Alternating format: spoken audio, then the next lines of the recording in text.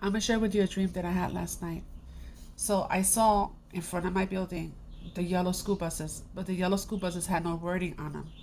And they were just not parked outside my building, but all the way down the street. They were parked, and then I saw just many, many children just walking with these foreign soldiers. They were here, yes, foreign soldiers, they were here to take the children. So I saw myself, my husband, and myself trying to get into the building, trying to find a way to be undetected so that we could leave with our kids so they wouldn't take our kids. I don't know if you noticed, but America is being invaded. America is not America anymore. Trump is a mock president. That's why he has no power. That's why China is clowning him and everybody because America lost its power. Everything that they portray on TV is just to keep you guys blind to what's really happening because these foreign soldiers will be coming to your door. Everything repeats itself to the enemies of Joshua and Jehudah. And you will find that in the reading of Joel, one of the readings. So everything that happened to our children in Canada, South and North America, all our children, now it's just going to repeat itself to the enemy of Jehudah and Joshua. And one of the things they did was take our kids away from us. They like to tell people that the reason they came to America was freedom of religious prosecution. No, they came here because they came here, they're Luciferian, and they opened the doors to any religion, any idol shrine, any god that you could think of came into our lands, the land that Abba gave to his children. But it's going to be destroyed. All these shrines, all these monkey gods, all these mosques, all of them will be destroyed. So the reading of Micah 4 and 5 are good readings in the last days. At that time, says Adonai, I will destroy the weapons you depend on, and tear down your walls and demolish the defenses of your city. I will put an end to all witchcraft. There will be no more fortune tellers to consult, and destroy all your idols. Never again will you worship what you have made, and I will abolish the heathen shrines from among you, and I will destroy the cities where you and your idol temples stand. And I will pour out my vengeance upon the nations who refuse to obey me. Now to the reading of Joel 3. You had taken my silver and gold and all my precious treasures and carried them off to your heathen temples. You had sold the people of Jehudah Joshua to the Greeks, who took them far from their own lands, but I will bring them back again for all these places you have sold them to. And I will pay you back for all you have done. I will sell your sons and daughters to the people of Jehudah, and they will sell them to the Sabaeans far away. This is a promise from Adonai.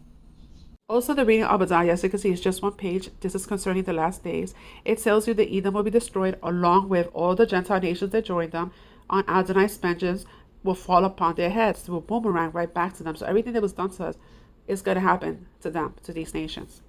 It's interesting to me, especially in America, how everybody turns a blind eye to everything that happened to our people and our children, thinking that it would never return to them. They like to say that America was founded on Christian values. Well, Christianity is a cult. They're the ones that killed the saints, Abba's saints. Look up the Constantine Creed. So these are all Luciferian. Here's a moment in white history. Have you ever wondered how we found out the proper amount of vitamins, nutrients, minerals, or calories we needed to consume in a day in order to survive? You can thank Dr. Lionel Bradley Pett, who found out exactly what it took to keep the human body alive by starving native children to death. The experiments were performed by the Department of Indian Affairs of Canada under the direction of two physicians. One, Dr. Percy Moore, the Indian Affairs Branch Superintendent of Medical Services, and Dr. Frederick Tisdale, a famed nutritionist and former president of the Canadian Pediatric Society.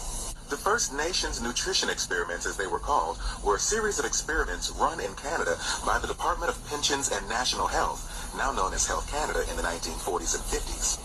At the lowest estimates, these experiments were conducted on at least 1,300 indigenous people, with at least 1,000 of them being children.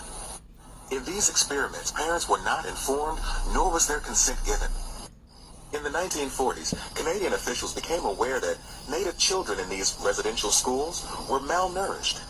So the Canadian government sent researchers to figure out why these indigenous children were malnourished. Meanwhile, this evil bastard wanted to know what the recommended intake for different vitamins and minerals should be.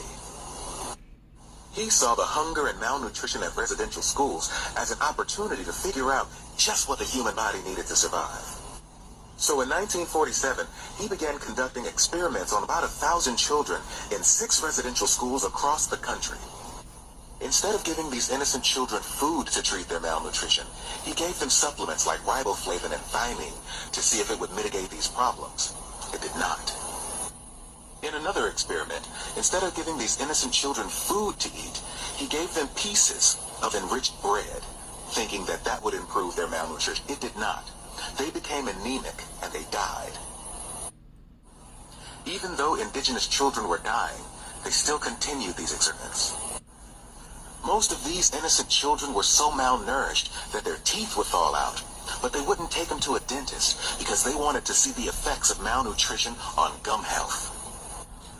Over 1,000 indigenous children were starved to death in these residential schools, and the experiments kept going.